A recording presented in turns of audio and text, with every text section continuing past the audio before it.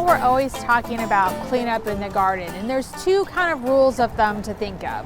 One is completely clearing it out like we have done in the bottom half of our backyard farmer garden.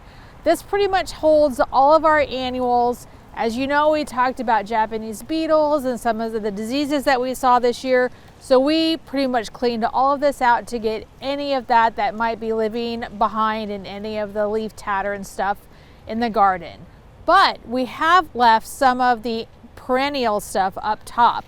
That's going to give some of those insects and stuff that are good a place to live throughout the winter. So decide what you had and figure out if you had some bad guys that you may not want to have next year, or some diseases that you may not want to have next year, or if you want to see what some of those good guys are and give them a home to live in throughout the winter.